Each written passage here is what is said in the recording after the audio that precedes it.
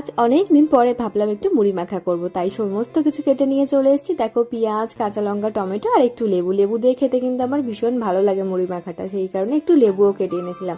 সমস্ত কিছু ছোট ছোট কাটলেও টমেটোটা একটু বড়ই কেটেছিলাম, কারণ অয়েন টমেটো খেতে একদম পছন্দ করে না, সেটা যাতে আমি বেছে বেছে খেতে পারি।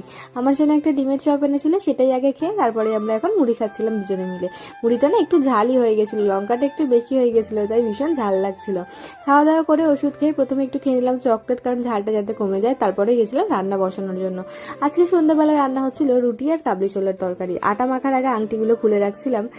আটা মাখার আগে আমি প্রত্যেকবারই আংটিগুলো খুলে রাখি, যাতে আটা মাখার এটা আংটির মধ্যে না চলে যায়, ওটা বাজে লাগে খুব দেখতে, সেই কারণে। এখন আটা কাটা মেখে নিলাম আর মাকে এখন রুটিগুলো বেলে দিচ্ছিলাম। তরকারিটা আজকে মাই বানিয়েছিল, আমাকে যদিও বানাতে বলেছিল, আমার একটু ভালো লাগছিল না, তাই বলেছিলাম তুমিই করে নাও। আর এখন রেডি হয়ে যাচ্ছিলাম বাইরে। আজকে ওয়েদারটা কিন্তু ভীষণ সুন্দর ছিল, বাইরে বেরিয়ে বেশ সুন্দর হাওয়া দিচ্ছিল, কিন্তু আমি চাইছিলাম কখন বৃষ্টি আসবে। আর এই দেখো, রথের মেলা বসবে, তাই এখানে সমস্ত কিছু রেডি হচ্ছিল। বেরিয়েই প্রথমে একটু চা খেলাম আর তারপরে একটু ঘোরাঘুরি করছিলাম। তারপরে মনে হলো যে একটা কোল্ড ড্রিঙ্কস খাওয়া দরকার। একটা কোল্ড ড্রিঙ্কসও খেলাম আর বাড়িও ফিরে আসছিলাম, কিন্তু তখনই শুরু হলো বৃষ্টি। আমরা যখন বাড়ি ফিরছিলাম তখন যেহেতু বৃষ্টি শুরু হলো, বাড়ির কাছ থেকে এসে আবার গাড়িটা ঘুরিয়ে চলে গেলাম বৃষ্টিতে ভেজার জন্য। আমি তো বৃষ্টিতে ভিজতে ভীষণ পছন্দ করি। তারপরে বাড়ি ফিরলাম ওই 11টা 10 এরকম সময়। এসে শ্যাম্পু ট্যাম্পু করে স্নান করে এখন বসছিলাম খেতে। যেহেতু বৃষ্টিতে ভিজে দিই, তাই বৃষ্টিতে ভেজার পরে আমার মনে হয় শ্যাম্পু করে স্নান করে নেওয়া ভালো, তাহলে শরীরটা খারাপ হয় না।